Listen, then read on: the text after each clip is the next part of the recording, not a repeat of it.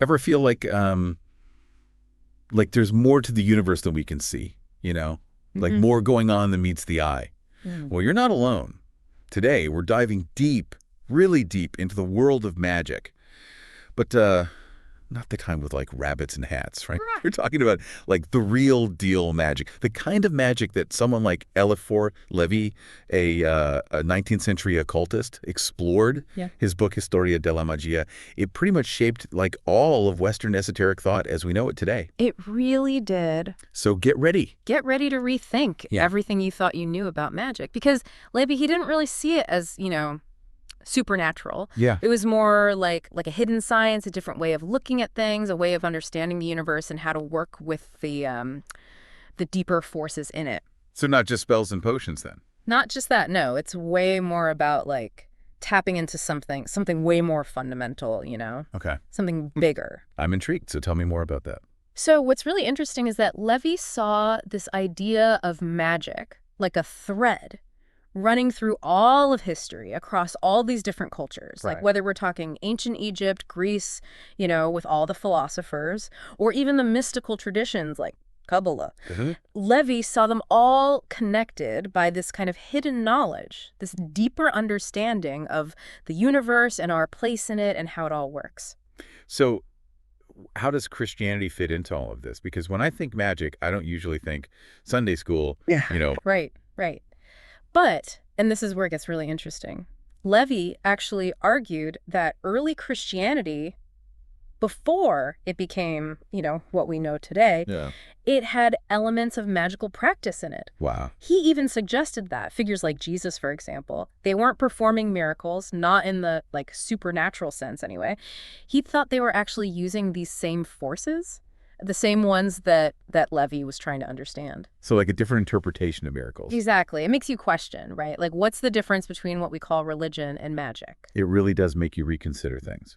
So if magic is this kind of science, as Lévi believed, who was a magician to him? It's funny you should ask that, because when most people think magician, they think, someone in a pointy hat, waving a wand. Right. Fireballs, that sort of thing. Exactly. But Lévi would have laughed at that image. He saw a true magician as almost like a proto-scientist, I guess you could say. They were dedicated to this pursuit of wisdom, to really deeply understanding themselves. Oh, interesting. They weren't trying to manipulate the outside world. Not really. It was more about mastering their inner world first. So more like ancient life hackers? Yeah. But instead of optimizing their to-do list, they were optimizing their very existence. Yes. Precisely. And this gets to the core of Lévi's idea of the great arcanum, this ultimate secret of magic. And he truly believed that it wasn't a spell or some ritual. It was about achieving a state of being, like a way of seeing and interacting with the universe that could unlock your true potential. So the secret is not about what you do, but about how you exist. It's a pretty deep concept. Right. And it really underscores Lévi's belief that magic itself was morally neutral. It could be used for good or for evil, like any tool, right? Its power depended entirely on the heart and mind of the person using it. Okay, so no need to worry about some evil sorcerer ending the world with a cursed amulet. Well, not so fast. The real danger, according to Lévi, was misunderstanding. It was about seeking power for yourself instead of for growth and knowledge. That was the real risk. So intention is everything. You could say that. This idea of magic as self-improvement has really got me thinking. Yeah. But how did Lévi imagine it actually working? Right. Where did this power to change yourself or even like the whole world come from? That's where we get to one of Lévi's most well-known ideas, the astral light. Okay, astral light sounds pretty out there, even for magic. It does, a bit, but stick with me. Okay.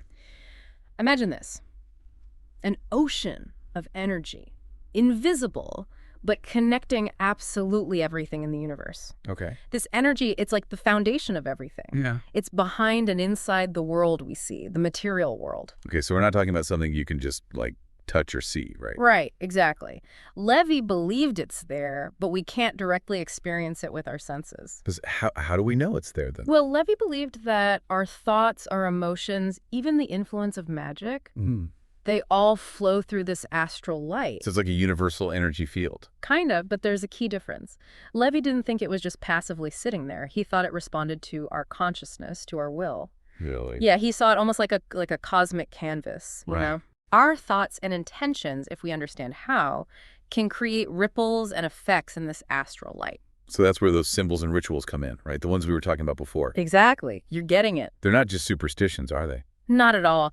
Lévi believed they were a technology, in a way. Technology? A way to tune into specific frequencies or currents within the astral light. Like, think about how you tune a radio to hear a certain station. Okay, yeah. The right symbol, combined with real focus, with intention, it can become a way to channel this energy, this astral light, to do certain things. So it's not like, chanting a magic word and poof, your wish comes true. No magic words. It's way more about aligning yourself, your will, with this energy, this deeper current that flows through everything. I see. So Lévi was saying that real magic isn't about breaking the laws of nature. Right. It's actually about understanding them on a deeper level and working with them. Wow. A hidden science only some people know about. That's how we saw it, yeah. So this idea of a hidden science, of laws that govern the unseen world. Yeah. It's fascinating. It is. But how did Lévi square this with all the scientific discoveries of his time? I mean, it seems like a radical idea for the 1800s, right? It was, a little bit. Right. But Lévi saw it differently. Remember, science was making huge strides back then, but there were still a lot of mysteries out there. That's true. And Lévi didn't see the astral light as contradicting science at all. He thought it pointed towards a bigger, more expansive view of science, one that included the things we don't fully understand yet. So kind of like how today physicists are still trying to figure out things like dark matter and dark energy. Exactly. Things we can't see, but we know are there because of the way they influence everything else. Right. Lévi would have said, just because we haven't built the tools to measure the astral light yet, doesn't mean it's not real.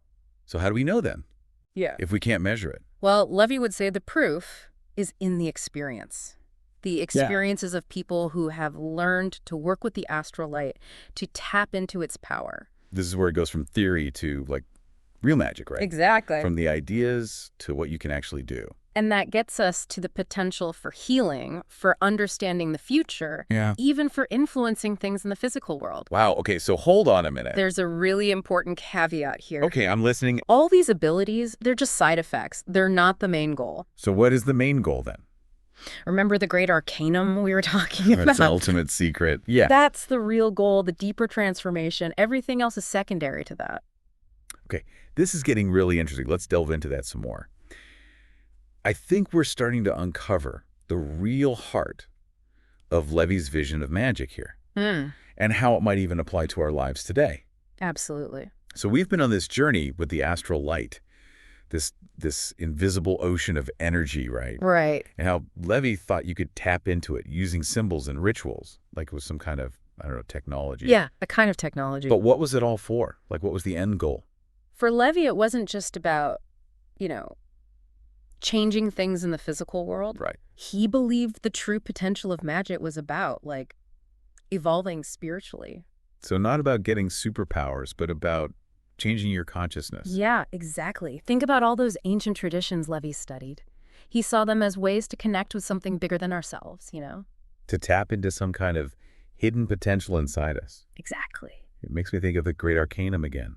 Maybe that's part of what he meant, this evolution of consciousness being the real secret. It's definitely a possibility. What if the great arcanum isn't something you find out there? What if it's something you become? So not just interacting with the astral light, Yeah. but actually embodying it. Exactly. And Lévi believed that this transformation, it could lead to some really profound changes, not just for you, but for the world around you too. Because we're all connected, right? Yeah, remember, he believed this energy connects everything.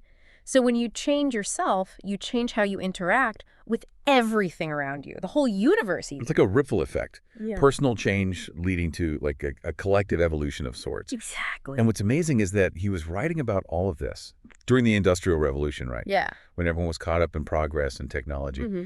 And Lévi was worried about people losing touch with themselves. With their spiritual side. Yeah. Which is so relevant today, don't you think? Absolutely. I mean, we're more connected than ever with technology, but it often feels like we're spiritually isolated. For sure. And I think that's why Lévi's work is still so powerful. Yeah. It speaks to that human need for something more, for something beyond just, the material world. that need to connect with something bigger than ourselves, I think it's always there. This deep dive has been quite a journey. It has. We've gone from, like, magic tricks to the deepest esoteric knowledge. We really have. And we've explored the nature of reality itself. And our place in it. And through it all, Lévi's Historia della Magia has been our guide. A fascinating guide, for sure. It's incredible how much depth and nuance there is to uncover, and how much more there is to learn. Oh, definitely. We've barely scratched the surface, really. Which is a good reminder that seeking knowledge is a lot like searching for that great arcanum. It's a journey, not a destination. Exactly. And often the most important lessons aren't about finding the answers, but about continuing to ask the questions. About always being curious, always wanting to learn more about ourselves and the universe we live in. Couldn't have said it better myself. So, to everyone listening, if this deep dive into Éliphas Lévi's world has sparked your curiosity, don't let it end here. Keep exploring. Yeah, keep digging, keep asking questions. You never know what you might discover. About yourself, about the world. Maybe you'll even find your own great arcanum along the way. That's all the time we have for today's deep dive. But we'll be back next time with another fascinating topic and a whole new set of sources to explore. Until then, happy exploring, everyone. See you next time.